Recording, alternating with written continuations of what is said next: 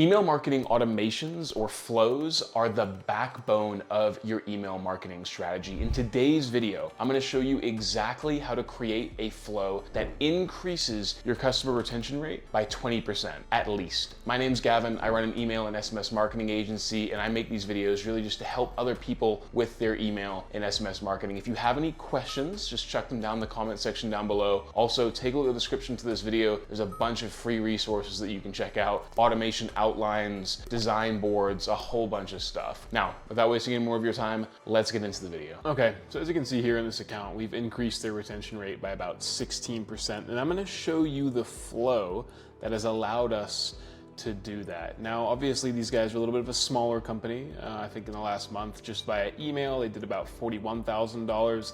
It is a decrease since we're coming off of a massive sale period. But nonetheless, I'm gonna show you the flow that we created that helps us increase this retention rate. It's the post-purchase cross-sell flow. So, how we design these automations is as follows. If they trigger an order, when somebody places an order, and they have not canceled or refunded or placed an order again while being in this flow, we send them through the automation. Now, straight off the bat, okay, if they place an order equals once over all time, meaning it's their first purchase, we send them down this left-hand side. 10-minute delay, this email here literally just thanks the reader for their purchase. Note, it's a plain text email. So, as you can see here, this is a plain text email where it's just saying, hey, thank you so much for your support. What that email does is helps build that connection between the reader and the company and the people behind the company, because it looks like an email has been written from a human being. Then what we've done is we've created a series of time delays. Now, for this client, and you should know this from your business analysis, what the average time is between the first and second order. We know that after 7 days of them having placed an order, the order is most likely to have been delivered at that point, actually guaranteed to be delivered.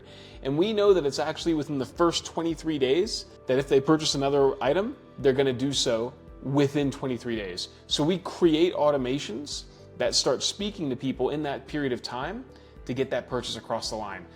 First off, 7-day delay, then we have trigger splits, okay?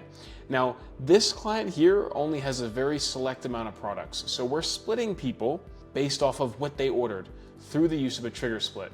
A trigger split takes the data from the top and splits people based off that purchase history. Then what we do is we start cross-selling other products in the post-purchase thank you flow based off of the order or the trigger that triggered the automation, right? So if they've bought blankets, we know there's an opportunity to find another perfect match for their quilted blankets. And these emails and flows are curated in a way that speaks to the individual's purchasing behavior. So we send them different emails and emails that are scripted in a way to show them how product X complements product Y. And that allows us to continuously bring people back into the fold on a regular basis. We're able to continuously sell and cross-sell based off the initial purchase. And what that does is increases the retention rate. It's one of the big factors that increases the retention rate. Now, another great strategy you can use, if your margins permit, at the end of the automation, we have three emails in this flow. You can build this out as long as you want.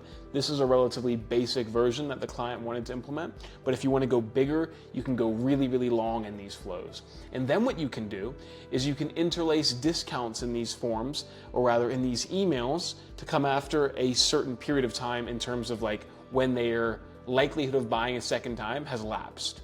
So in this case, it would be 23 days.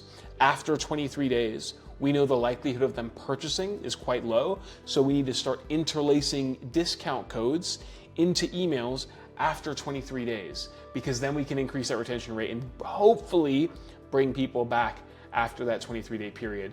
Note, if they place an order equals more than one overall time, we just start pushing them through the flow. So on the second order, we say thank you again, but if they've ordered again, we then kick them out. So that's what we do immediately after the post-purchase thank you. Your email marketing's retention rate is one of the most important things you need to be paying attention to when it comes to email marketing. How many people you can take from first time customer to second, third, and fourth time. And honestly, a lot of that is gonna come down to how you upsell and cross-sell, and also the quality of your product. But when it comes to email, it comes down to the emails and the journeys that you send people down based off of that initial purchase. If you have any questions about this stuff, let me know. I answer every single question that you guys put in the comment section down below, so just let me know. If you found this video useful, awesome. Subscribe to the channel. Check out the resources in the description as well. There's a bunch of free stuff that I give away to help you with your email marketing. And if you want a hand with stuff like this, go ahead and contact me. Link in the description as well. Thanks for watching, guys, and see you in the next one.